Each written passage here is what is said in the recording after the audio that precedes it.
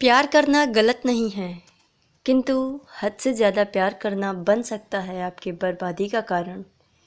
इसी कड़ी के साथ आज मैं इस वीडियो में बात करने वाली हूँ, आखिर स्त्री मोह कैसे बन जाता है किसी व्यक्ति के लिए बर्बादी का कारण। इसमें कभी मत पड़ना। तो चलिए अपनी कहानी को प्रारंभ करते हैं। एक बार की बात थी। तुलसीदास नाम का एक व्यक्ति एक गांव में रहता था। उनकी पत्नी का नाम रत्नावली था। तुलसीदास अपनी पत्नी से इतना प्रेम करता था, इतना प्रेम करता था कि वह अपनी पत्नी के लिए कुछ भी करने को तैयार हो जाता था। दिनों दिन बीतते गए। उसकी पत्नी उनके इस अगाध प्रेम को देखकर बहुत व्याकुल सी रहा करती थी। तुलसीदास गाँव में चराया करते थे और मन ही मन अपनी स्त्री का ध्यान लगाए रहा करते थे। एक दिन ऐसा हुआ, तुलसीदास की पत्नी ने कहा, तुम गाँव में चराने जा रहे हो? तो उन्होंने कहा, हाँ, मैं अपनी सारी गायों को लेकर जा रहा हूँ। इसी समय बीच में राहगीर सारे देख रहे थे तुलसीदास को कि वह अपनी गायों को तो चराने जा रहे हैं, किंतु साथ ही साथ अपनी पत्नी का नाम मन ही मन जपते चले जा रहे हैं। लोग उन पर इतना हंसते थे कि उसकी बात ही क्या करें। ऐसे ही दिनों दिन बीतते रहे। तुलसीदास अपनी प्रेमिका से अगाध प्रेम करते रहे। एक दिन कोई त्यौहार आया। उनकी पत्नी ने कहा, सुनो प्रिय, मुझे अपने मायके जाने का मन कर रहा है। तभी तुलसीदास ने कहा, मैं तो तुम्हारे बिना रह ही नहीं सकता। तुम मायके मत जाओ प्रिय, तुम मायके मत जाओ।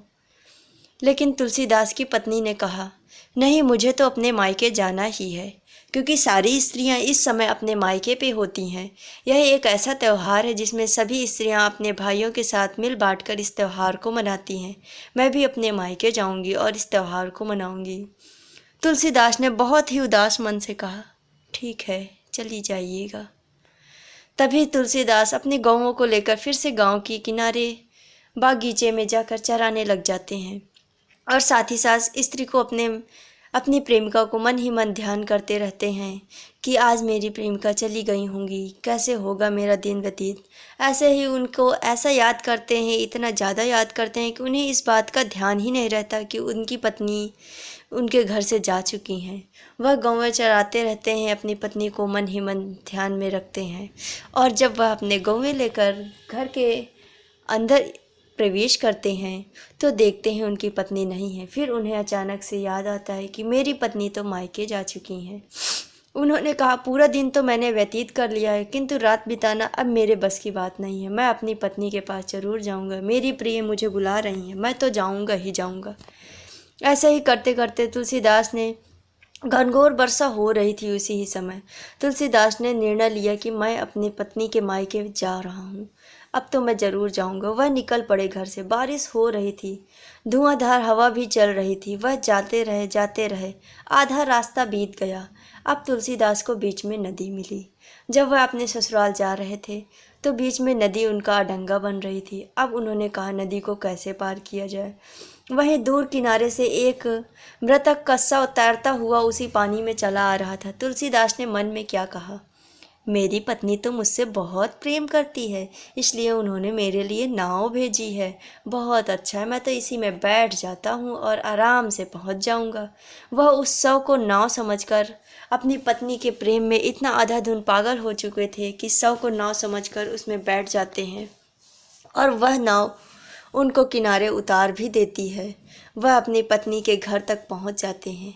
उन्होंने देखा कि घर के दरवाजे चारों तरफ से बंद हैं और दूसरे मंजिल की खिड़की में उन्होंने देखा कि थोड़ी थोड़ी रोशनी दिखाई पड़ रही है। उन्होंने मन ही मन सोचा, मेरी पत्नी मुझसे इतना प्रेम करती है कि देखो दीपक जलाकर बैठी है, उसे भी नींद नहीं आ रही है जैसे मुझे नहीं आ रही है। वह क्या करते हैं, मन ही मन सोचने लगते हैं कि अब दूसरी मंजिल की खिड़की तक कैसे पहुंचा जाए, मुझे तो अंदर जाना ही है। वह अपनी पत्नी के प्रेम में इतने पागल होते हैं कि किनारे लटका एक सर्प उनकी खिड़की से, वह उसी सर्प को पकड़कर खिड़की के ऊपर तक चढ़ जाते हैं और उन्हें पता भी नहीं चलता है कि यह सांप है। और वह अपनी पत्नी के पास पहुंच जाते हैं। देखते हैं कि उनकी पत्नी बिस्तर में लेटी हुई होती है। अचानक से बोल पड़ते हैं, प्रिय, मैं तो आ गया। उनकी पत्नी बहुत ही ज़्यादा क्रोध से भर जाती है और कहती है कि तुम मेरे प्रेम में इतने ज़्यादा पागल हो चुके हो कि तुम मेरा पीछा करते करते मायके तक चले आए। अगर तुम दिन में आए होते तो तुम्हारा सम्मान भी यहाँ मिलता, तुम्हारा सम्मान किया जाता, किंतु तुम आधी रात को इस खिड़की के रास्ते से आए हो, इसलिए मैं तुमसे बहुत घृणा करने लग गई हूँ।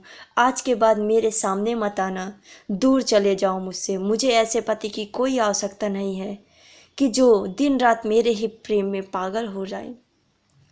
पत्नी की अपने ऐसे वचन सुनकर तुलसीदास बहुत ही व्याकुल हो जाते हैं और उसी दिन से अपने मन में यह ठान लेते हैं कि मैं आज के बाद स्त्री मोह में कभी नहीं पड़ूंगा, क्योंकि स्त्री मोह एक बर्बादी का कारण होता है। स्त्रियां हमेशा अपना स्वार्थ देखती हैं, स्त्री मोह कभी नहीं करना चाहिए। तभी से तुलसीदास जंगल की ओर चले जाते हैं और भगवान की भक्ति में अपना मन लगाते हैं और भगवान की भक्ति करते करते करते करते वह एक दिन एक श्रेष्ठ कवि का रूप ले लेते हैं और एक महान कवि बनकर वह रामचरितमानस को लिख डालते हैं। तुलसीदास ने कहा कि जो भी व्यक्ति स्त्री मोह में पड़ जाता है वह बर्बाद हो जाता है, उसकी समस्त इच्छाएं वहीं से नष्ट हो जाती हैं, वह सिर्फ और सिर्फ स्त्रियों के पीछे भागता रहता है। इसलिए तुलसीदास ने कहा है कि मेरा यह कहना है कि कभी भी आप लोग स्त्री मोह में बिल्कुल भी मत पड़िए। स्त्री से प्रेम करना गलत नहीं है, किंतु इतना अगाध प्रेम करना बहुत ही घातक है जितना तुलसीदास ने अपनी पत्नी से किया। इसी बात के सहारे तुलसीदास सबको यह बताना चाहते हैं कि आप लोग भी अपनी पत्नी से प्रेम तो करिए, बट इतना ज़्यादा मत करिए कि आप लोग उनके प्रेम में पागल हो जाएं और अपनी ज़िंदगी नर्क बना लें। इसी वीडियो के साथ मैं आप लोगों को यह बताना चाहती हूँ कि तुलसीदास की यह बात आप सभी लोग भी ध्यान में रखिए और किसी के प्रेम में इतना ज़्यादा पागल मत होइए कि आपकी ज़िंदगी ही बर्बाद हो जाए। वीडियो को देखने के लिए धन्यवाद। भगवान करे आपका दिन शुभ हो। अगर वीडियो अच्छी लगी हो तो वीडियो को लाइक करिए और मेरे चैनल को सब्सक्राइब करिए। धन्यवाद।